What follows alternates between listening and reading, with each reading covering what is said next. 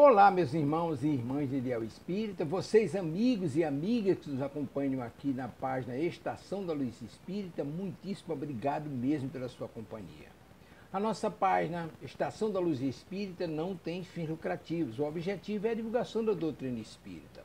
E é por isso que nós reunimos aqui esta sede de matérias espíritas para que possa atender às suas necessidades, estudo, lazer, pesquisa. Você encontra aqui na nossa página Estação da Luz Espírita os livros da codificação, obras suplementares, entrevistas, palestras e os programas da Web Rádio Estação da Luz de Natal e Web Rádio Cristo Consolador de São Paulo. Ou seja, um acervo que atenda às suas necessidades, sem fins lucrativos.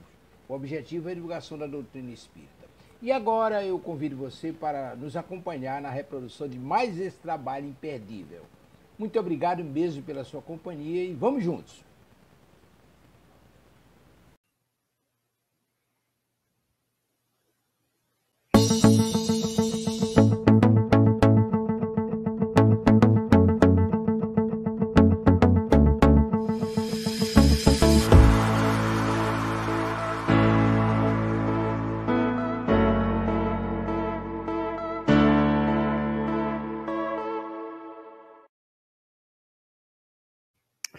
Olá, queridos companheiros, sejamos todos muito bem-vindos ao nosso canal web, Cristo Consolador. Que do nosso programa de hoje, o programa chamado Falando de Espiritismo, nós iremos tratar sobre Maria, a mãe de Jesus. Para que a gente possa fazer o início dos nossos trabalhos, nós iremos fazer a nossa prece para sintonizar os nossos corações e sejamos todos muito bem-vindos ao nosso momento de estudo. Nosso pessoal que está entrando aí no canal nesse momento, receba os nossos abraços, nossas felicitações de muita paz. Vamos orar? Querido Senhor dos nossos corações, aproxima as nossas almas do Evangelho do Teu Filho Jesus, a fim de que possamos recolher nele as lições essenciais para o nosso encontro com a felicidade.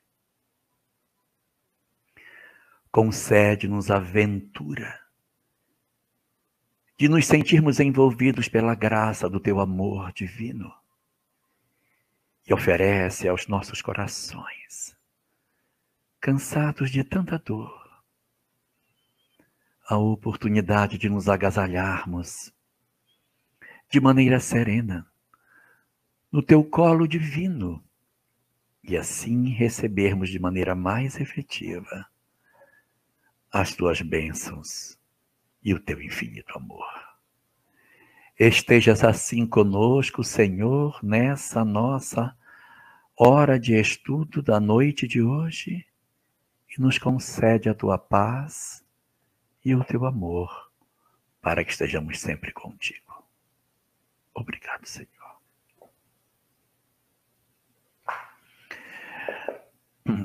Nosso assunto de hoje é um assunto que é muito discutido dentro do ambiente do cristianismo e até mesmo dentro do próprio espiritismo.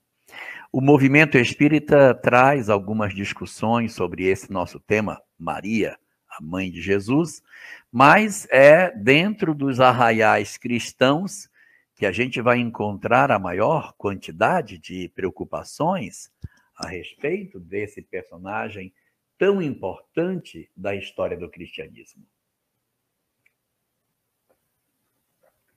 Hoje, portanto, nós vamos tirar um momento para que a gente possa refletir sobre isso. Então, o que é que nós temos de notícia sobre esse personagem tão importante da história do cristianismo? Os evangelhos, os 4 evangelhos, falam muito pouco dela. Nós encontramos algumas notícias assim, meio que esparsas dentro do texto, e a gente tenta compor um mosaico dessa mulher com aquilo que o Evangelho nos oferece, muitas lições interessantes, mas sobre a história dela, muito pouco. Nós temos grandes lições e pouco de informação sobre quem é ela, quem é, qual é a sua origem, quem são seus pais, sua história de vida. Muito pouca coisa nos é oferecida sobre isso. Então, dentro do texto evangélico, nós temos poucas informações. Mas nós não temos só os 4 evangelhos como fonte de informações sobre Maria, chamada Maria de Nazaré. Existem outras informações sobre ela nos outros evangelhos que também teriam sido escritos, porque nós temos 4 evangelhos que estão na Bíblia: Mateus, Marcos, Lucas e João. Mas existe um outro conjunto bem maior de textos que também dizem que são evangelhos, são textos do período de Jesus, ninguém pode asseverar, ninguém dá a certeza disso, e por isso eles são chamados de evangelhos apócrifos. Apócrifo significa que eu não tenho certeza da fonte, eu não tenho garantia se a fonte é verdadeira ou não. Então, nós temos os evangelhos apócrifos, que são muitos, são um número bastante expressivo deles. Segundo se crê, são 68 evangelhos apócrifos. E ali neles a gente encontra algumas informações, algumas mais precisas, outras menos. E entre esses evangelhos apócrifos, há um que é muito robusto para falar sobre Maria. Este evangelho especificamente chama-se o Proto-Evangelho de Tiago. Esse proto-evangelho, ele não é, na verdade, um evangelho que está dentro da Bíblia. Não está. Mas ele é muito estudado, porque acredita-se muito nos textos que estão contidos dentro dele. Inclusive, a própria Igreja Católica dá muita atenção ao proto-evangelho de Tiago e levanta a hipótese de que, de fato, o que está ali narrado seja verdadeiro. Mas é um evangelho apócrifo. A gente vai ter a chance hoje de ver um pouco sobre o que é que tem dentro desse texto. Um outro texto também muito interessante sobre Maria de Nazaré é o Corão Sagrado. O que é o Corão Sagrado? O Corão Sagrado está para os muçulmanos, assim como a Bíblia está para os cristãos. O Corão Sagrado é o texto religioso dos muçulmanos. Maria também está presente nesse texto. Maria também aparece no Corão Sagrado. O Corão Sagrado, ele foi recebido por Muhammad, aquele a quem chamamos de Maomé. Muhammad teria tido uma série de visões, uma série de encontros, de momentos mediúnicos dentro de uma caverna, na qual ele teria tido a oportunidade de encontrar com o anjo Gabriel. E nessas experiências espirituais, em que Muhammad se defrontava e entrava em êxtase na presença do anjo Gabriel, ele começava a recitar poemas. Ele começava, em transe mediúnico, a trazer poesias que seriam ditadas pelo anjo Gabriel, inspirado, na verdade, pelo próprio Senhor, na visão do islamismo. Essas poesias, elas não foram escritas, elas foram apenas recitadas. E havia um conjunto de pessoas que acompanhavam Muhammad nessas oportunidades e que ouviam as poesias que ele recitava. E essas pessoas, ao ouvirem essa poesia, guardavam a poesia na cabeça. Elas registravam a poesia na cabeça. Muhammad era analfabeto e, portanto, não podia escrever o que recebia. Ele não tinha como escrever as mensagens belíssimas que recebia nesses momentos de inspiração. Mas esses homens que estavam sentados ouvindo esses momentos extraordinários de Muhammad, guardaram na memória os textos que foram recebidos.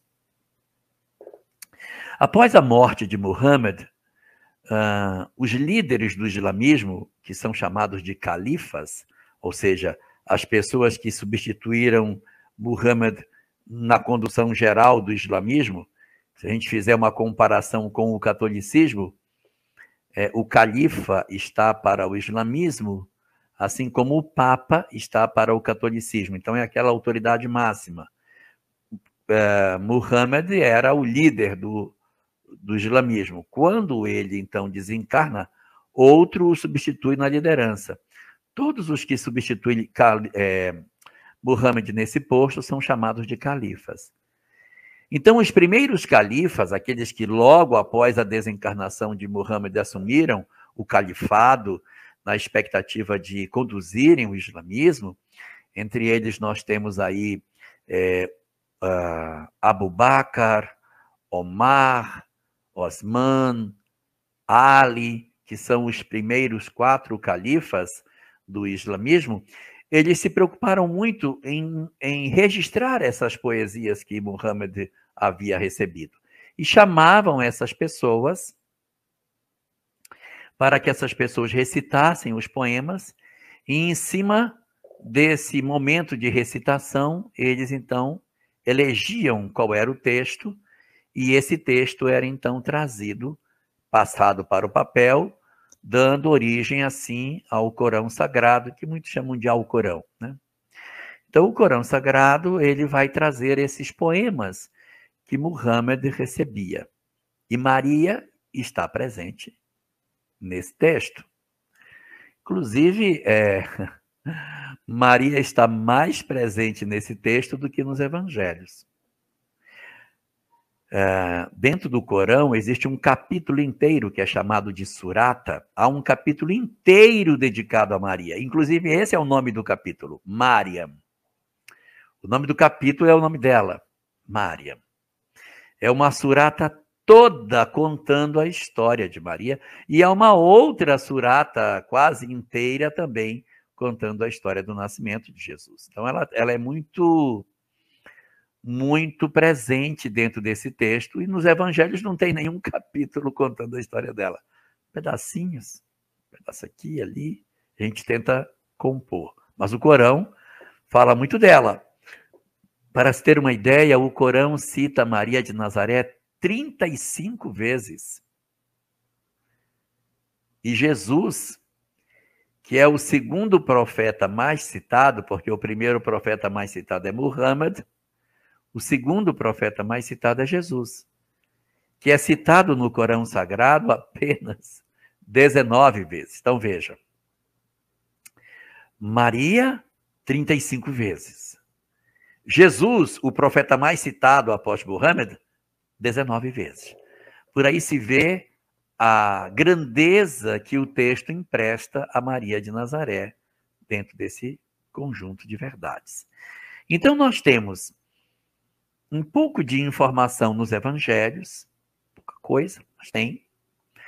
Nós temos algumas informações nos evangelhos apócrifos, com principal atenção para o proto-evangelho de Tiago.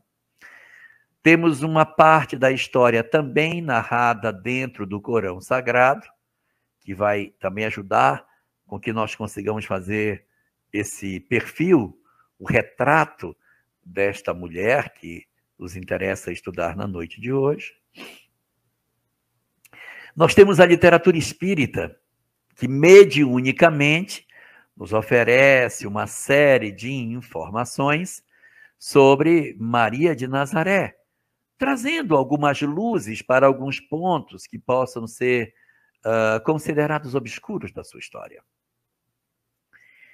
E nós temos também algumas notícias sobre a sua história que não estão em livro nenhum. Elas aparecem nas palestras de Divaldo Franco. Divaldo Franco, ao oferecer em algumas oportunidades conteúdos sobre Maria de Nazaré, nos traz algumas informações que a gente não encontra nos textos com facilidade. Talvez ele tenha encontrado isso em outras fontes, que não exatamente essas que eu citei, ou, quem sabe, não tenha recebido diretamente do mundo espiritual, uma vez que sua mentora, Joana de Ângeles, teria sido Joana de Cusa, à época de Jesus, portanto, uma mulher que conviveu com Maria de Nazaré e que certamente possui algumas informações sobre a sua história e que pode, de repente, fazer luz também a alguns pontos que a gente precisa. Assim, a nossa conversa de hoje ela vai atravessar todas essas fontes diferentes. Minha irmã Fátima Rabelo, seja muito bem-vinda. Nós iremos usar os evangelhos bíblicos, os evangelhos apócrifos, mais especificamente o proto-evangelho de Tiago. Vamos nos valer do Corão Sagrado. Vamos também dar ouvidos para o que a literatura espírita nos oferece e complementar essas informações, como bem dissemos, com algumas notas que Divaldo Franco nos oferece em algumas palestras que ele traz sobre essa questão. Então, vamos começar diante desse conjunto de obras que vão servir de base para a nossa discussão de hoje. Quais são as informações que a gente tem sobre essa mulher extraordinária? No livro A Caminho da Luz, que é uma obra recebida por Chico Xavier, a partir de Emmanuel, em 1938, é, portanto, uma das primeiras obras oferecidas para Chico Xavier, uma obra magistral, considerada uma das 10 melhores obras do século XX. Ali Maria aparece. Então, na edificação dessa obra que conta a história da humanidade, Maria vai aparecer lá, no capítulo específico sobre o advento do Cristo. Pode procurar lá que tem. Lá no texto fala sobre a vinda de Jesus ao planeta e uma certa pleiade de espíritos que teriam o acompanhado nesse processo de chegada ao planeta.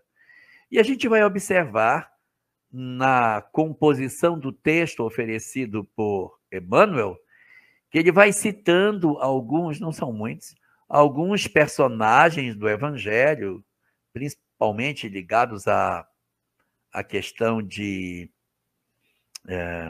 da história do nascimento de Jesus. Vai aparecer aí Ana, a profetisa, Simeão, José, e Maria não aparece. Ele vai citando os personagens envolvidos com o nascimento de Jesus, e Maria não aparece, vai lendo assim, e fulano, e fulano, e mais fulano, e fulano, e, meu Deus, a mãe dele não aparece no texto. Ela vai aparecer no final da lista. Ela é o último nome citado, acredita? Então, vai citando as pessoas, os personagens, colocando vírgulazinha, e quando chega no último, diz assim, e a sublimada personalidade de Maria de Nazaré. Observando para nós que existe um destaque no texto para quem seja Maria. Ela não está colocada junto com os demais. Ela não é oferecida no bojo dos que vieram. Ah, veio fulano, fulano, fulano, fulano, fulano. Não. Emmanuel se dá o trabalho de destacar Maria de uma forma muito singular, talvez para dizer para nós que essa mulher, esse espírito, que ele tem alguma característica que difira dos demais. É a primeira das notícias que nós iremos ter sobre a questão do envolvimento de um espírito diretamente ligado ao processo de vinda do governador planetário à Terra. Porque é muito razoável.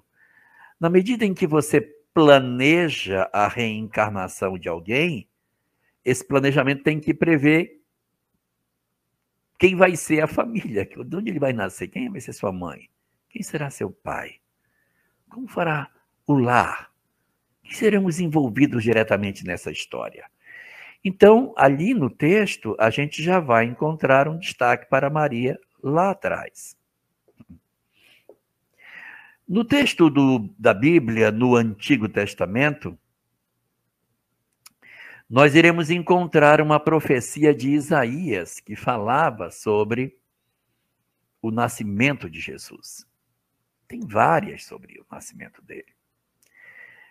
E existem alguns desses relatos de Isaías e de outros profetas, não só ele, de outros profetas, né? Oséias, se não me engano, é que fala que o Messias, quando viesse, ele viria de Belém. Que ele viria de Belém. E aí, evidentemente, as pessoas logo, razoavelmente, dizem, bem, então ele nasceu em Belém, ou o Messias vai nascer em Belém. Mas só que a história de Jesus, ela é uma história que fala muito de um homem lá da Galileia. Fala muito de um Jesus que, inclusive, era conhecido como Jesus de Nazaré. Mas como teria, então, sido ele previsto pelos profetas, Kátia? Como se ele fosse um homem de Belém, se ele era galileu. Mas aí a história vai dizer que ele teria nascido em Belém. Vai ter uma saga na história que vai trazê-lo para Belém. Existem alguns estudiosos que dizem que talvez não tenha sido exatamente assim. Há quem defenda que a ideia de que a profecia fala que ele viria de Belém, não é que ele viria da cidade de Belém, mas ele viria do ramo de Belém. Quem é que era de Belém? Qual foi o grande personagem da história de Israel que apresenta a informação de que ele seria o maior de todos os reis que Israel já teve? É Davi. O profeta Davi era da cidade de Belém. E foi Davi que criou a linhagem de reis de Israel. É ele o iniciador da grande linhagem dos reis que Israel teria. Existe um rei antes dele, que é o rei Saul, mas a dinastia que se segue, que é a de Davi, é a que vai realmente ser mais nesse sentido. E essa dinastia, ela é muito reverenciada em Israel, e as pessoas falam muito que o Messias seria o filho de Davi. Então, ser o filho de Davi é como se fosse ser o filho de Belém. Então, há quem diga que essa relação com Belém não é uma relação de parto, é uma relação de dinastia, que ele viria de Belém. Ah, e tu, Belém de Judá, que sereis a terra do Messias. De repente, alguns levantam a hipótese de que não há a necessidade física do nascimento dele na terra de Belém, mas que ele, de repente, tem que ter uma relação com Belém através do vínculo com o rei Davi. E isso também se concretiza. A gente vai observar que existe, sim, uma conexão de Jesus com a história de Davi, mostrando que ele está conectado com a casa de Davi. O que significa, na prática, dizer que a história de Maria vindo no burrinho que vai para Belém ter o filho e tal, de repente pode, dentro dessa hipótese, não ser tão verdadeira quanto se pensa, porque não era necessário que ela viesse para ter a criança em Belém para confirmar uma profecia, uma vez que ele já vinha da linhagem de Belém, independente de onde ele nascesse, ele seria, na verdade, um filho de Davi. Então existe essa profecia. E existe uma outra profecia muito conhecida, que fala que ele nasceria de uma virgem. Que ele nasceria de uma virgem. As pessoas que conhecem melhor o hebraico dizem que o termo que está lá não é exatamente virgem, é uma jovem. E a gente tem que entender que naquele período em que a nossa humanidade vivia, havia muita semelhança entre ser jovem, ser solteira e ser virgem. Isso era um elemento como se sinônimo fosse. Se uma mulher é jovem, ela é solteira. Se ela é solteira, ela é virgem. Se ela é virgem, ela é jovem. Então, havia toda uma construção dentro de um pensamento que poderia se ler assim, que ele nasceria de uma jovem, de uma solteira, de uma mulher jovem, de uma virgem. Eu não sei. O texto que está lá. Professor Severino Celestino, que é um grande conhecedor do hebraico, destaca isso de maneira muito forte, apresentando a ideia de que, de repente, ela, ali colocada na profecia, a mãe de Jesus, seria, de fato, uma jovem, não necessariamente uma virgem. O certo é que essas profecias existem e nós vamos encontrar toda uma programação espiritual para que aconteça a chegada de Jesus. Nos evangelhos, nenhuma notícia sobre a história dessa mulher. Não há informação. Mas o Corão Sagrado, aquele que eu estava falando no começo, conta muita coisa sobre ela. O Corão Sagrado fala que ela, quando criança pequena, ela era muito diferente, ela era uma menina ainda bem pequenininha, muito espiritualizada, muito voltada para o templo. E exatamente por isso, os seus pais, que lá no Corão Sagrado aparece o nome deles, como sendo Joaquim e Ana, esses dois pegaram a filha ainda muito criancinha e levaram ao templo para que ela ali servisse nas atividades de suporte para os sacerdotes. E daí que no Corão é dito exatamente isso, que ela teria vivido dentro do ambiente do sacerdócio durante um bom tempo, quando criança ainda, antes de ser Maria que nós conhecemos. Criança, segundo lá colocado, com 3 anos de idade, ela já demonstrava uma conexão assim muito forte com o sagrado, e os pais, logo ainda pequena, ainda pequenininha, com 4 para 5 anos, já consagram Maria para viver no templo. Ali no templo, ela teria tido a presença de um parente, um homem já idoso, casado com sua prima, e que não tinha filhos. Esse homem chamava-se Zacarias e era casado com uma mulher chamada Isabel. Zacarias, casado com Isabel, prima de Maria, não tinham filhos, já tinham idade, e por isso eram encantados com Maria no tempo em que ela viveu ali, no templo, conforme o Corão Sagrado. Essa história está contada no Corão. Mas quando eu vou lá no proto-evangelho de Tiago, eu encontro a mesma coisa. É outra fonte contando a mesma história. Lá no proto-evangelho de Tiago diz exatamente isso. Que os pais de Maria, Joaquim e Ana, percebendo a espiritualidade da menina, muito criança, decidiram aproximá-la do templo sob os cuidados de Zacarias, que cuidaria da menina enquanto ela ali estivesse. E Zacarias se derrama de amor por essa criança e diz para Isabel, diz para a esposa: se nós tivéssemos um dia um filho, eu gostaria que o nosso filho fosse tão cheio do Espírito Santo, chamado em hebraico de Ruach Kodesh. Eu queria que ele fosse tão cheio de Ruach Kodesh como Maria é. Então ele era muito encantado com aquela garota, ele era muito impressionado com a espiritualidade dela, tão jovem e tão capaz em termos de conexão com o divino, com o sagrado. Aí o Corão e o proto-evangelho de Tiago vão contando essa história.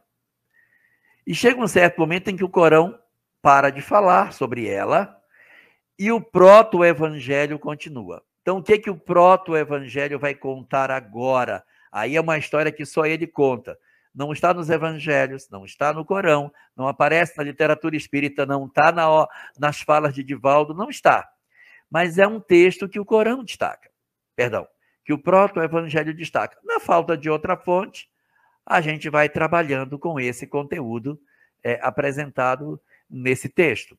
Então, o proto-evangelho diz o seguinte, que quando Maria entrou na adolescência, e aí então, evidentemente, ela iria menstruar, ela não poderia mais, Márcia Lírio, participar daquilo que ela fazia. Por quê? Porque existem alguns mandamentos dentro da lei de Moisés, daquela época, que diz que a mulher, quando está menstruada, não pode tocar em nada, porque ela toca, fica impura, etc.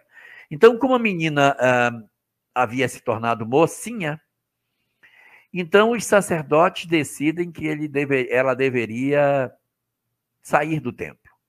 Então, eles retiram Maria do templo. Agora, vai levar para onde? Para quem eles vão entregar? Então, estou falando que está no proto-evangelho. Se é verdade, eu não sei, mas é o que está no proto-evangelho. Então, os sacerdotes se reúnem para indagar para quem nós poderemos transferir a tutela de Maria para que possa cuidar dela. Então, eles escolhem 6 homens que já eram viúvos para que eles, então, tivessem a oportunidade de recepcionar Maria. Eles haveriam de escolher entre os 6, um. Então, eles fazem uma espécie de sorteio, eles realizam lá uma atividade para escolher quem é, e uma pombinha vem e senta exatamente... José tinha um cajado, a pombinha pousa no cajado que era de José. E ele diz, então esse é o sinal. É você que vai levar a menina. Mas eu não posso levar, eu sou carpinteiro, eu tenho um monte de filho e eu viajo muito. Como é que eu vou tomar conta dessa menina? Não, você vai tomar conta dela até que apareça, né, alguém que ela possa casar, ou então ela vai se consagrar ao templo pelo resto da vida, mesmo sem ter marido. Você não vai para ser o marido dela, você vai para ser o tutor dela. Ele fica muito contrafeito, ele não aceita muito. O texto diz que ele era um homem virtuoso, mas ele não fica muito satisfeito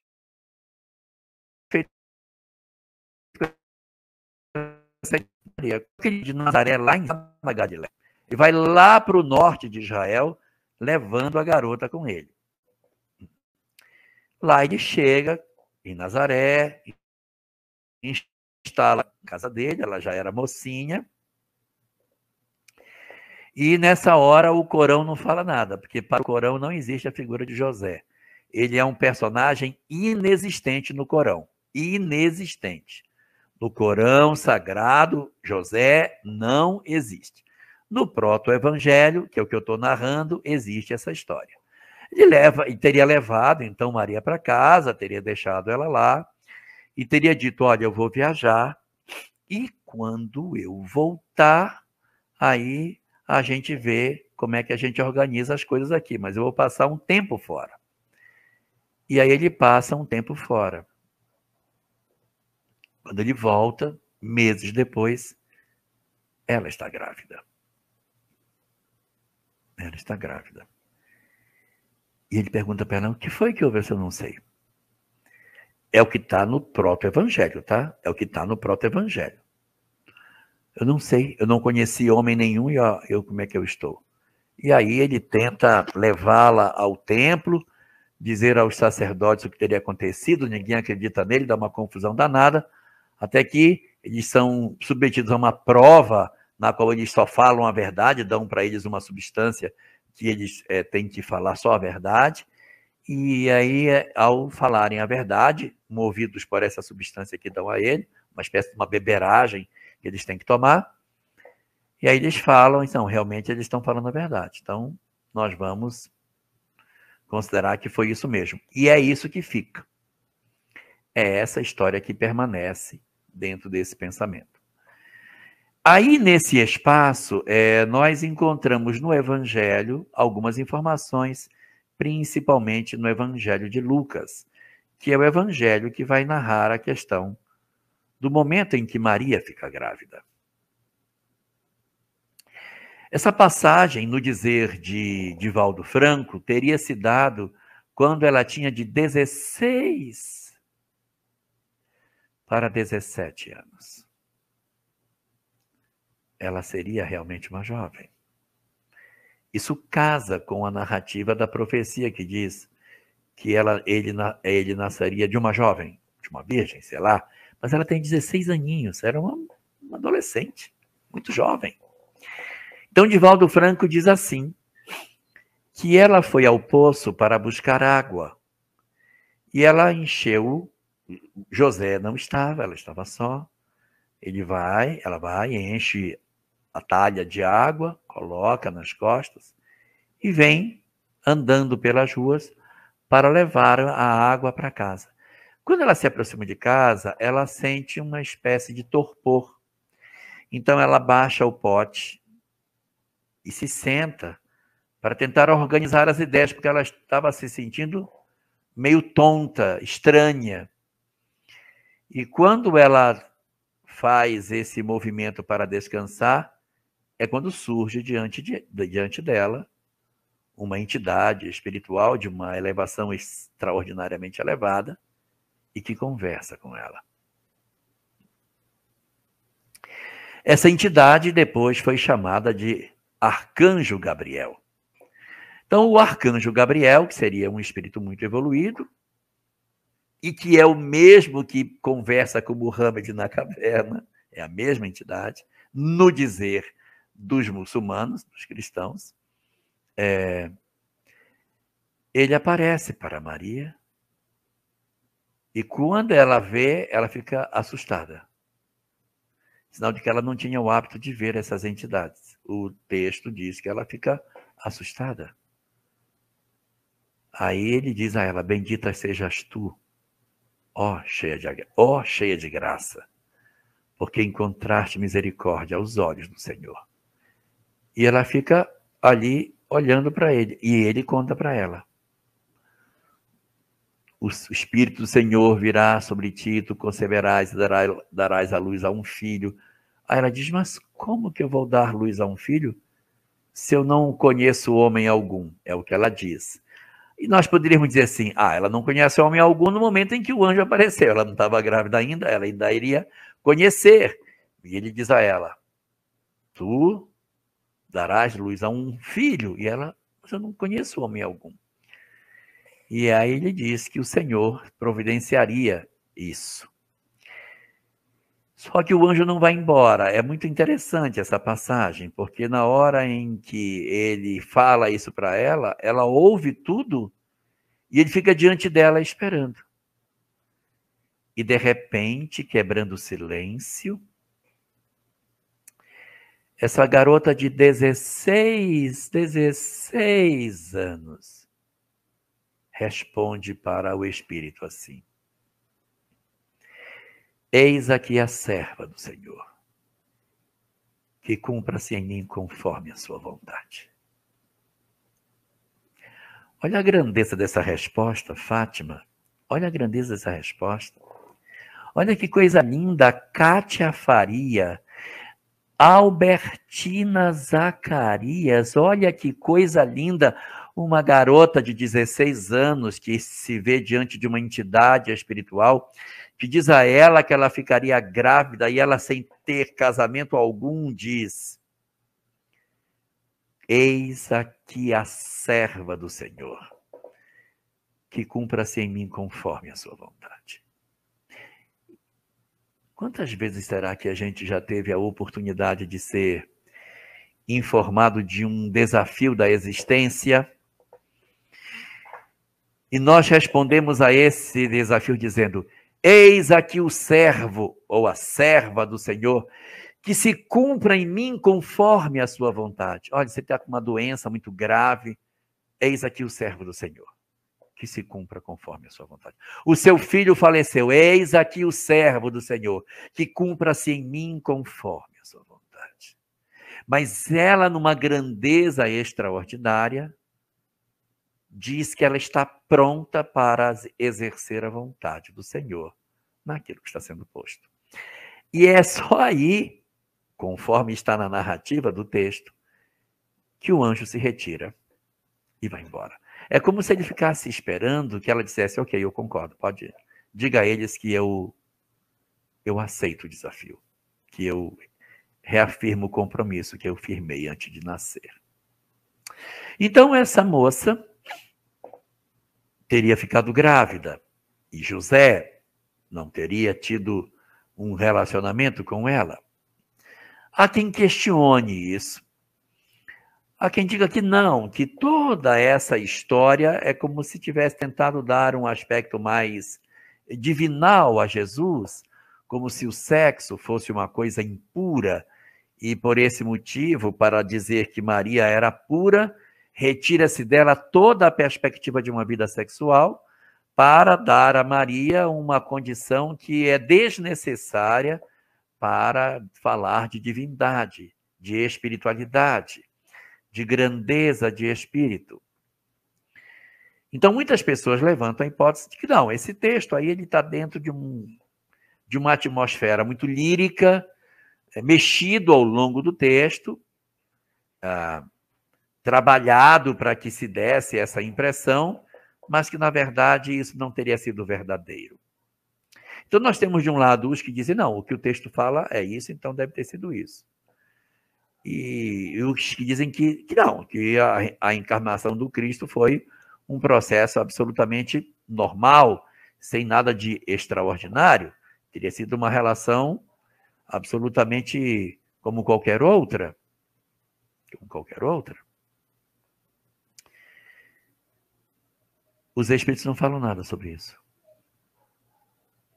Não há nenhuma fala que a gente possa encontrar nas obras seguras para tratar sobre essa questão.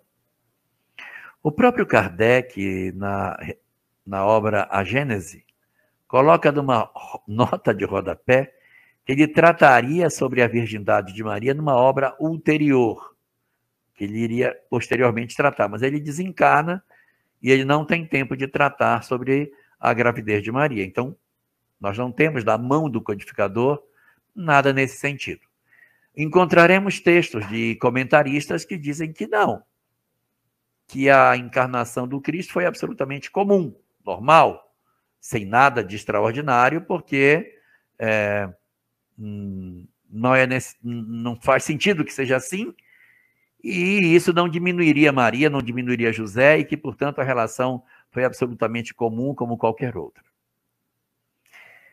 Existem os que dizem que não, que ela teria tido uma gravidez diferente. Mas como então que aconteceu?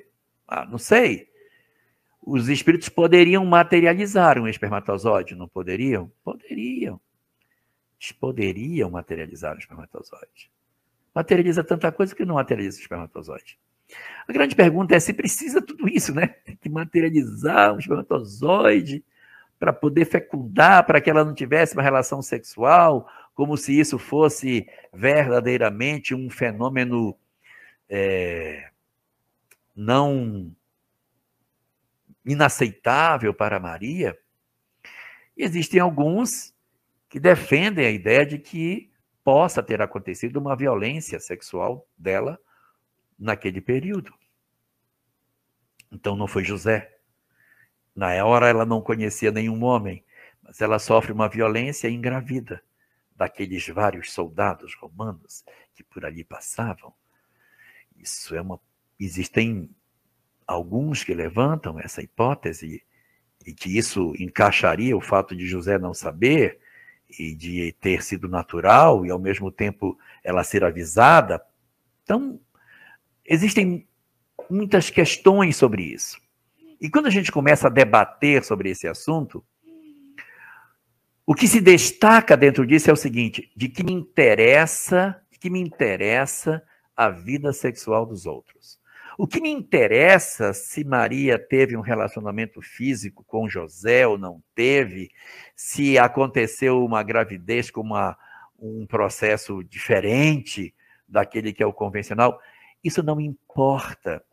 Porque quando a gente começa a investigar muito essas questões, a gente pode estar se afastando do que é essencial, que são os exemplos que estão guardados em tudo aquilo que ela pôde nos oferecer. Então, a gente, na hora que percebe que os próprios espíritos silenciam sobre esse assunto e que eles não apresentam uma posição definitiva sobre esse aspecto, a gente vai ter a apreensão de que sim, a nossa leitura sobre o que seja a gravidez de Maria acaba não sendo o elemento mais importante da sua história, porque ela tem outras coisas para nos oferecer. E é isso que nos interessa, que é a personalidade que ela tem e a possibilidade que ela possui de nos oferecer lições extraordinárias, que essas sim são de fato importantes para todos nós. Diz o texto, o Evangelho de Lucas, que quando eles viajam para ir para o censo, havia um censo acontecendo naquela região.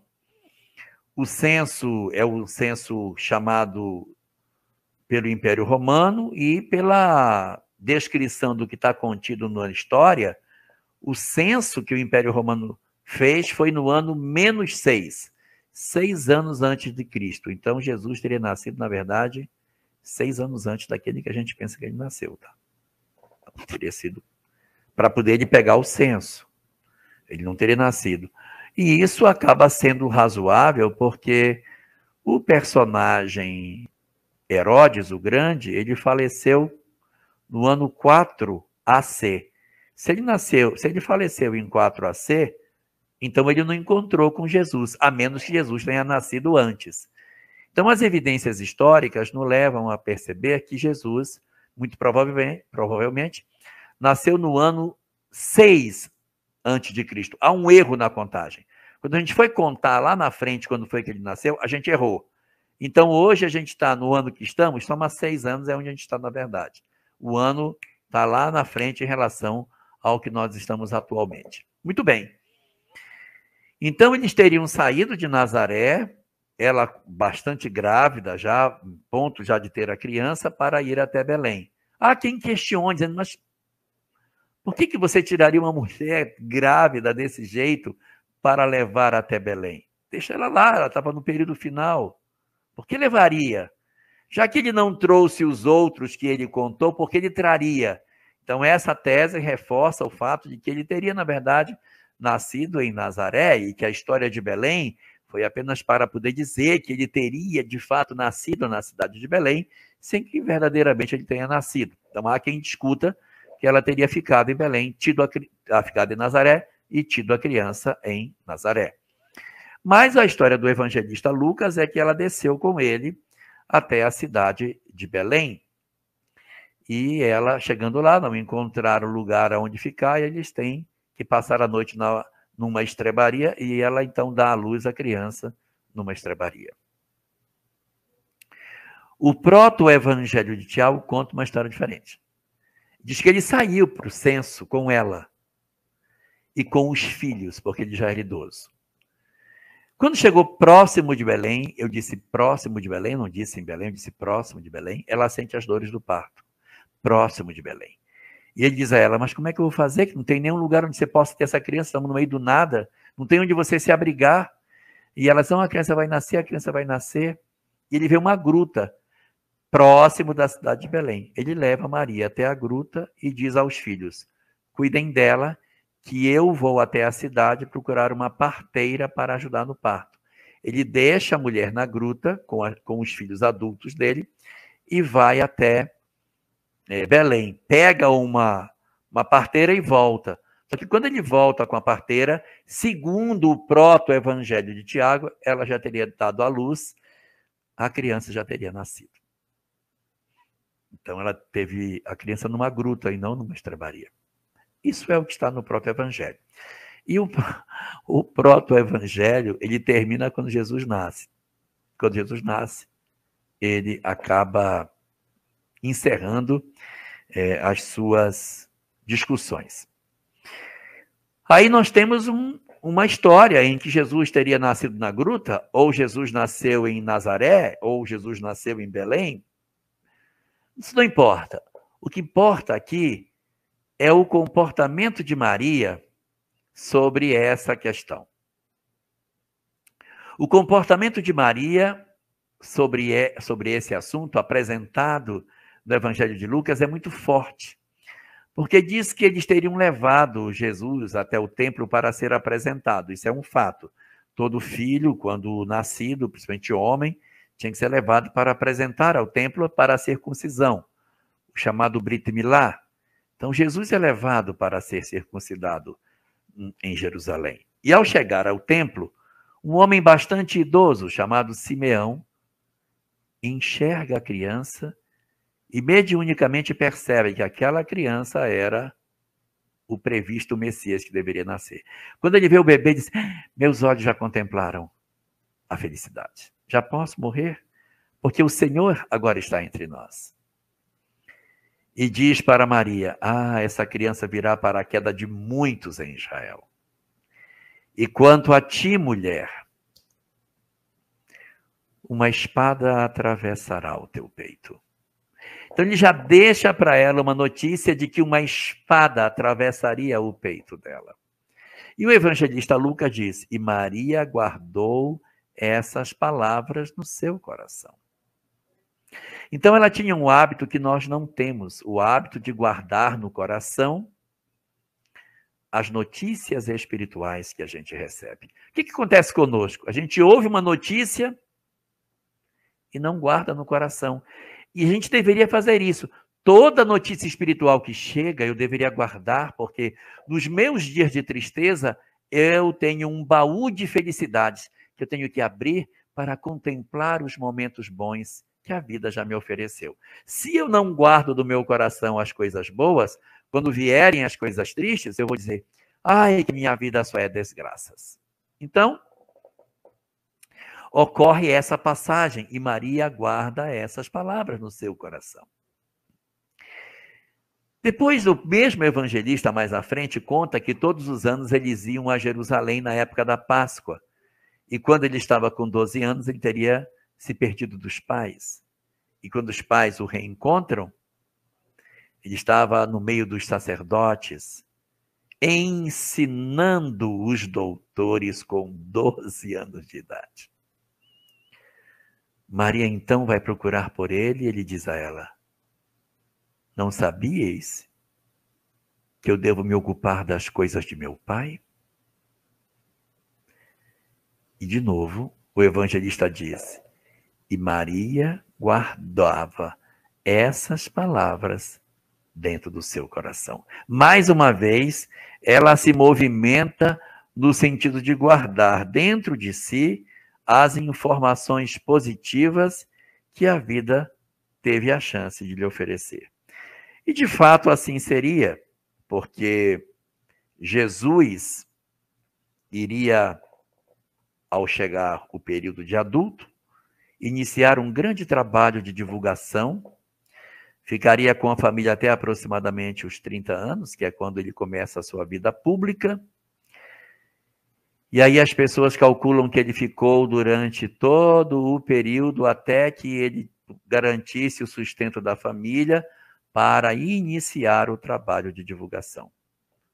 O Buda sai de casa aos 29. Jesus sai aos 30.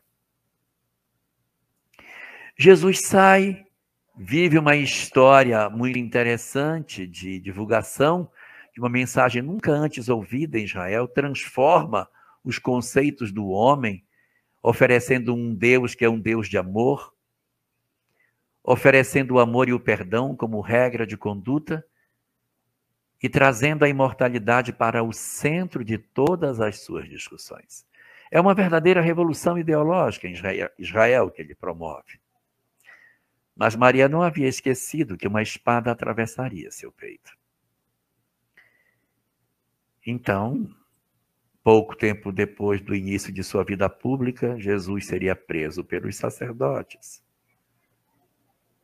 Seria torturado. E no dia seguinte seria levado à crucificação.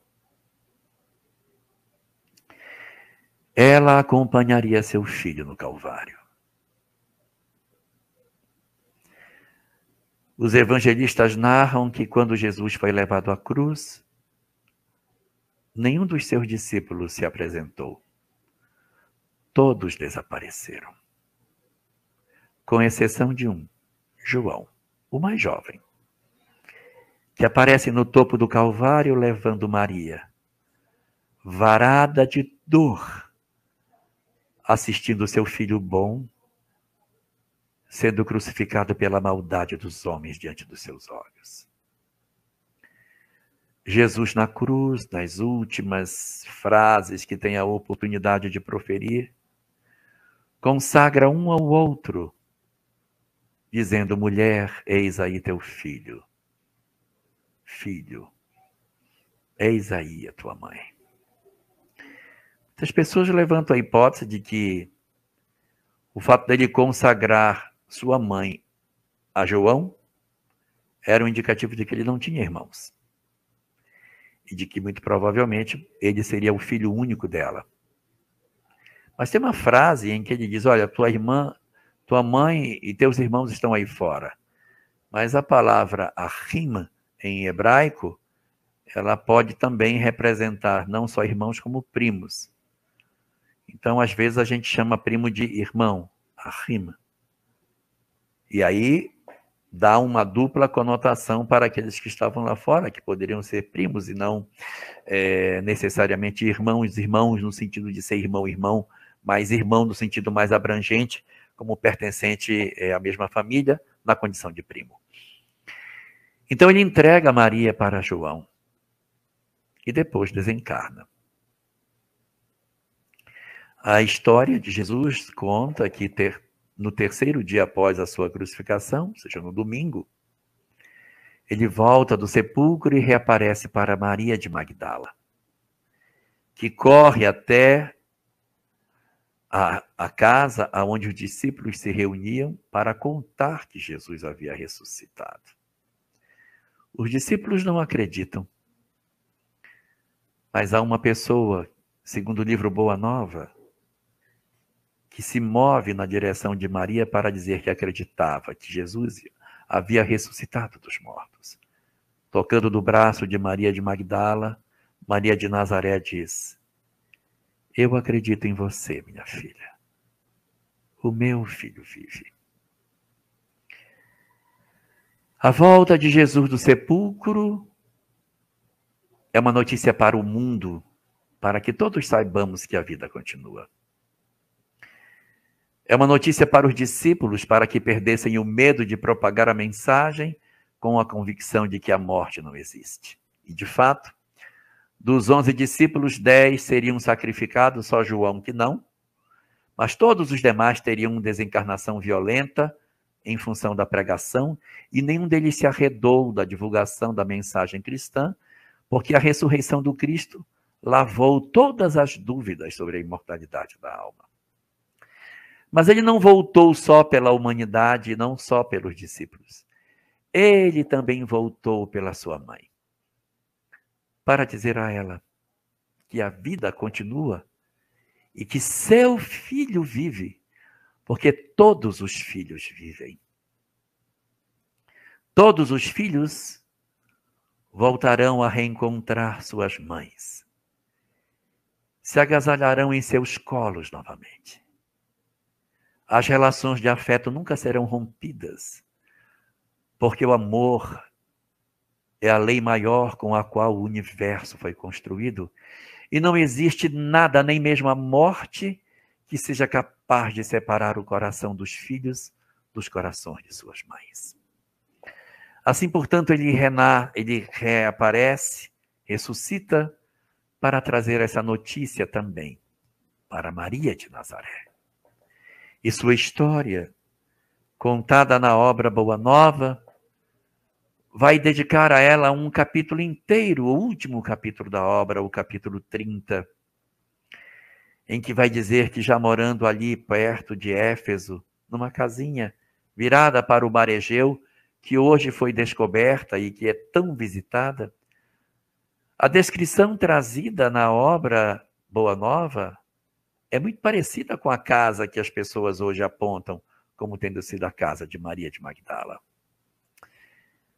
Ela aparece na casa, está ali durante a noite, incomodada, sentindo algo de diferente, já idosa. Então ela sai e senta-se à sombra de uma árvore que fica debaixo, sobre um banco, que fica ao lado de fora da casa. Esse banco existe.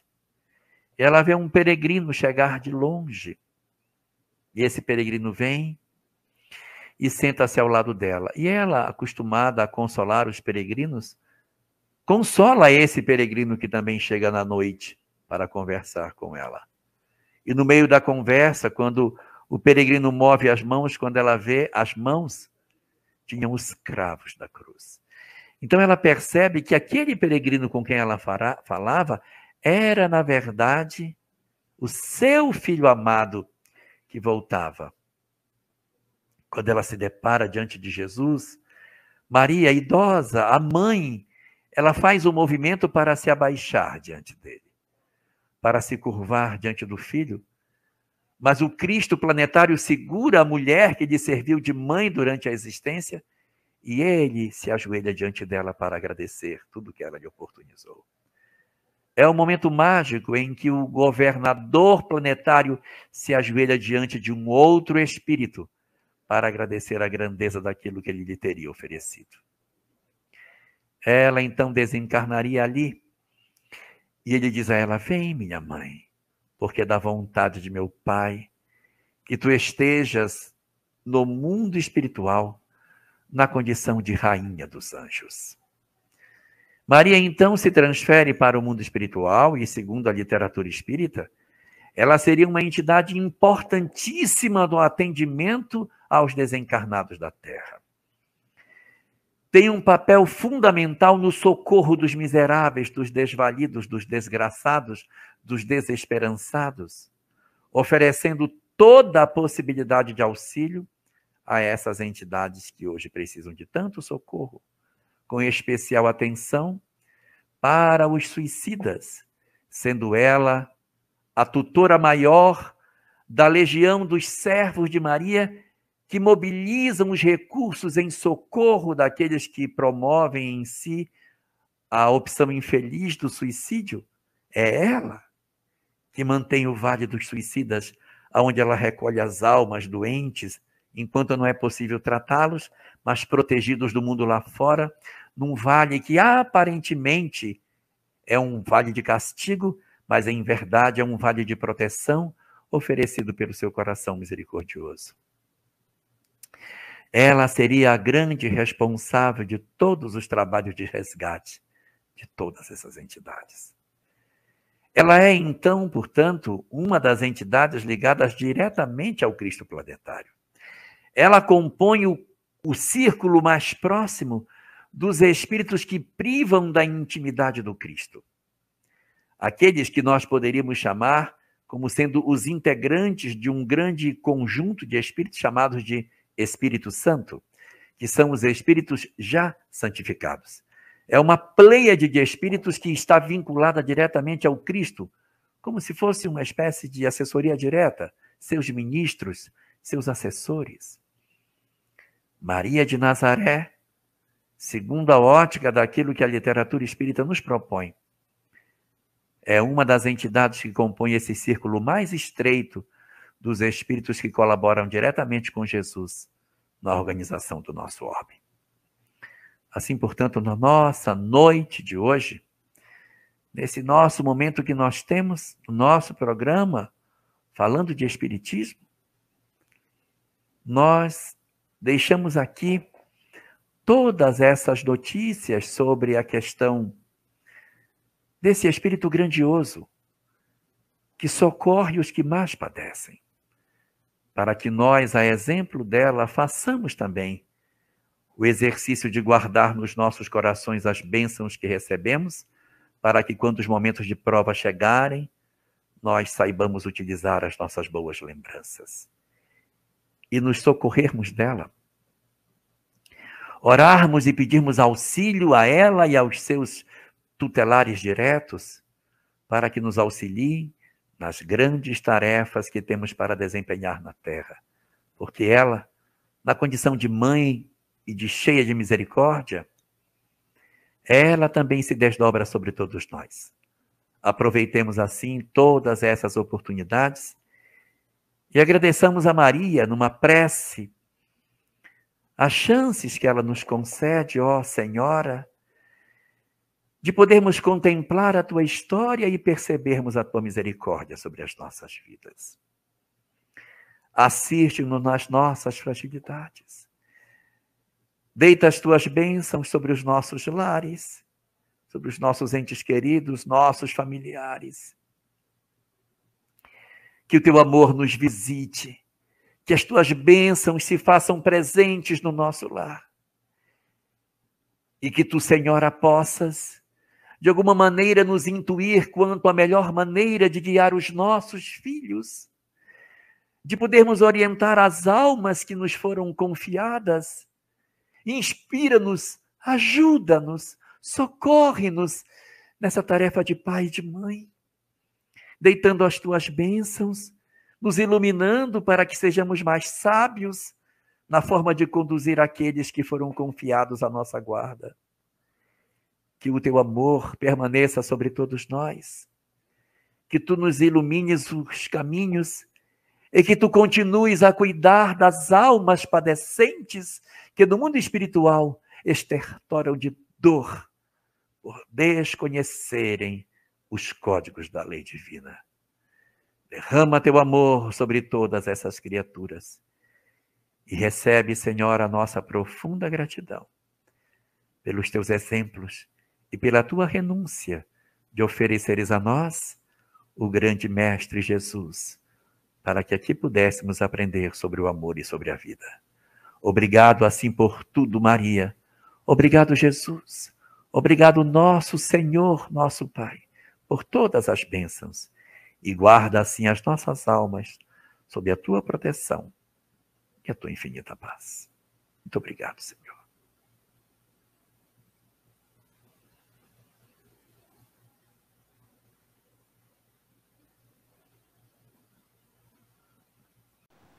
Chegamos ao final da nossa atividade. Muitíssimo obrigado mesmo pela sua companhia e espero você no próximo evento.